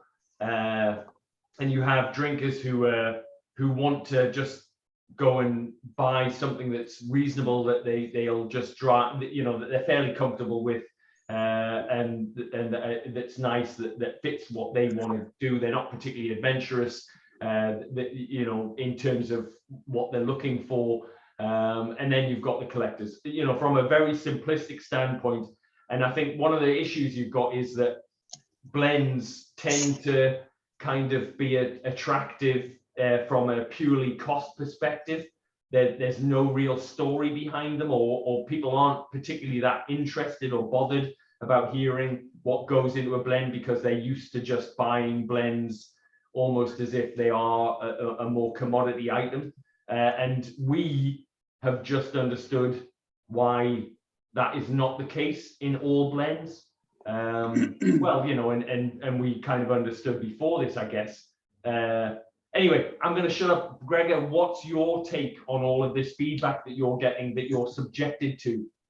Well, I think we should get on to dram number 5. Yeah, I've already tried it. Yeah, everyone's already drank the last dram. And it's a beauty. It's a lovely. I haven't. I haven't tried the last one yet. Yeah. Well, we're on jam number 5. It's a Caol Ila octave. Everyone gets those every sort of day of the week anyway, so it's quite a casual jam. It's nice though. It's very rich. Yeah. Yeah, it will be. It's been in the octave a very, very 18 months. Very long time, yeah. Wow. What was the bottle yield then? I think it was 51. Yeah. That's all right. Yeah. What's the ABV on this one? What Do does you it want say? me to jump in? Yeah. 59.6. 0.2. 0.6. 0.6. Thank you.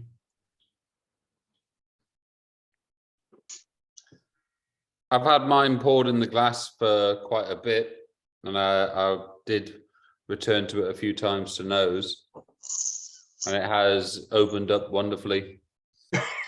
I read somewhere online, someone said that as an indie bottler, if you screw up a Caol Ila, then you've got no business. You got no business being an indie bottler. Yeah. Oh, that was quite Kendrick. Yeah. Oh, yeah. Obviously, yeah. You're engaged with.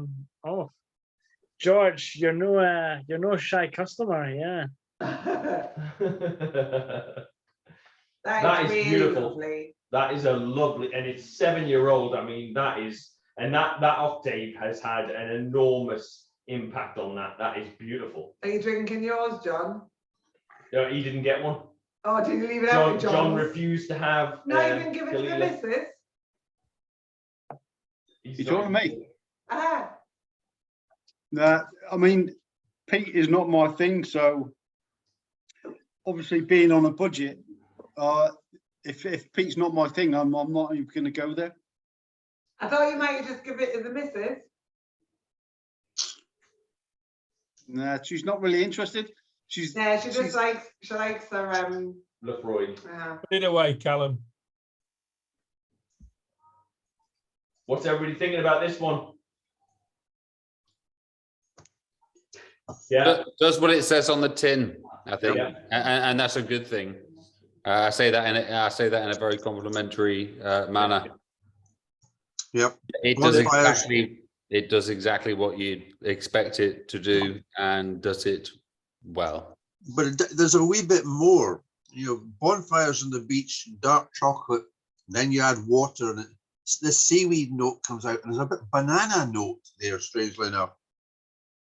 And again on the palate, ginger with nutty chocolate, you know, sort of Cadbury's fruit and nut sort of style.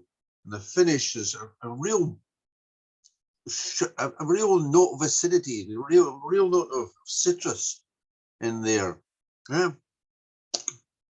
Getting strawberries as well. Like this has had some sherry or wine cask influence, which I'm guessing it hasn't, but it's very interesting. I've got the strawberries on the nose once I've added a little bit of water to it. Is that what you meant? Dark chocolate, like I don't know if anyone does this, like orange pomander. You know, where you stick the cloves into the orange to make the room smell nice, like Christmas. How much is this retail wise, if you don't mind asking, Gregor? Sold out. It's only export only now, unfortunately. Oh no! Boo! How much was it? Can they export it to England? £55. 55? Yeah, around about that, yeah. Can they get it in Germany? Can you send it back?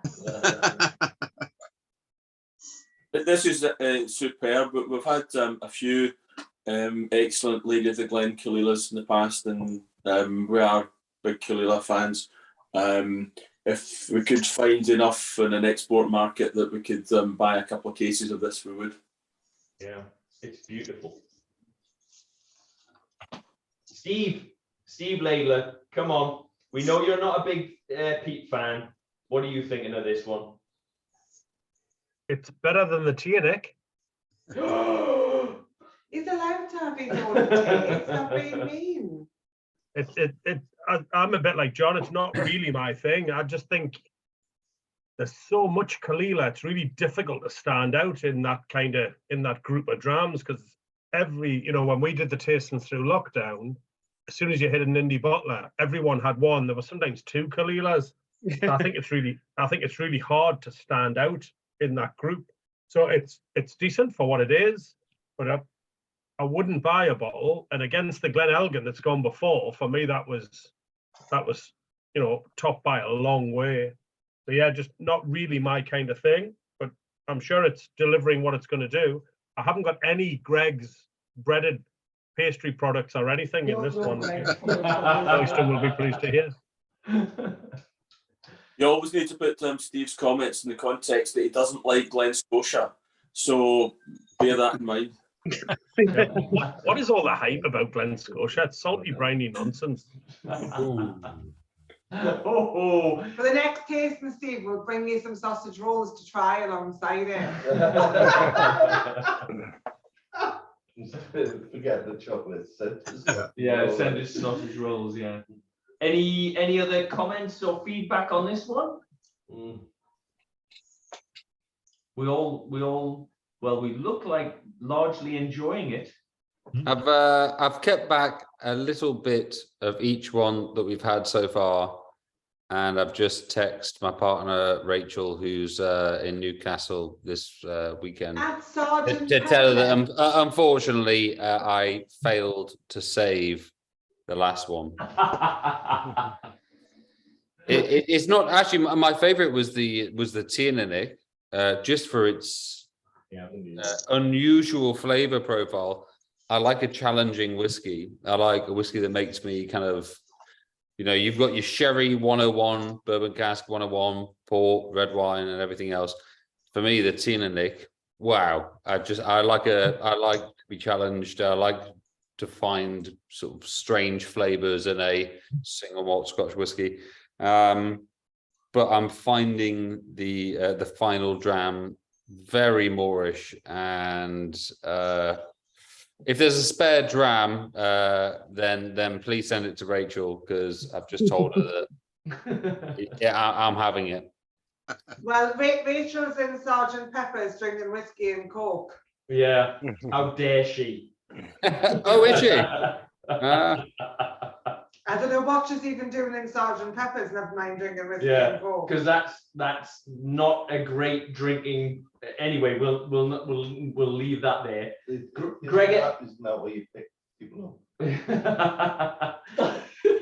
I'm going to change this. So, Gregor, what you're telling us is that there's no way in hell that we could get a bottle of that Caol Ila. No, at the moment, no. Right.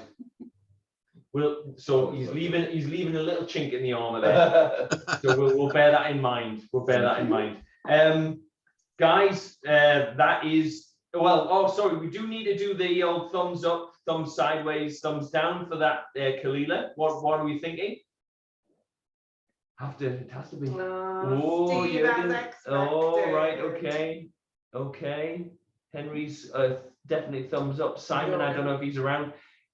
Simon, sorry, Carl, are you kind of extolling how great the whiskey is? You kind of, it's up there, it's massive, it's wonderful. Is that right, Carl? No, he's just pointing at some other Caol Ilas in the cabinet that we're thinking about going next. Crack it open. Yeah. Was it both a thumbs up for you two? Yeah, well, I mean, definitely, man. Caol Ila is always going to tick, you know. It's, I mean, I think I agree. To screw up a Caol Ila, you've got to be really not good at what you're doing. But it is particularly lovely, and I've saved a bit as well. Yeah, well, I'm not saving any. That's for another time. Carol, did you not notice that Jürgen was sideways? I did. I'm coming to him. Dennis, what were you a thumbs up? Just checking. Yeah. Okay. Good. So Jürgen, why the thumbs sideways? Because I think I'm not even gonna go to Steve.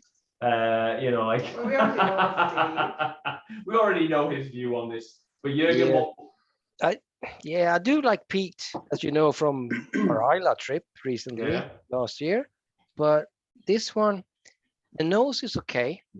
I had a few Caol Ila through the years, but it doesn't do anything for me. I find it flat. It doesn't raise up. It's flat, and I find it quite short. And it's not this is not my cup of tea. I do like Pete, but this doesn't. It's not my palate. It doesn't work with my palate. No. I'm sick of these people that sit on a fence. But yeah, okay, fair enough. Cheers, Jürgen. Okay, so it's not entirely your cup of tea, but I think on the whole it was going down reasonably well as a good Caol Ila. Okay. You reckon you're going to get another can? I think you might be going for another can. Well done. We are actually sat in a holiday Airbnb in Whitby. So we're not going to be sticking around for very long. So I just want to kind of again say thank you all for joining us. The next tasting is actually with George and Rachel. It is with Fragrant Drops, and hopefully a bunch of you have already got your sets. I want to actually say to Gregor that I am totally wrong. I genuinely wasn't necessarily blown away by the lineup, I'll be honest with you, but actually you've definitely blown me away. This has been a lovely lineup, and I would actually genuinely buy every single bottle.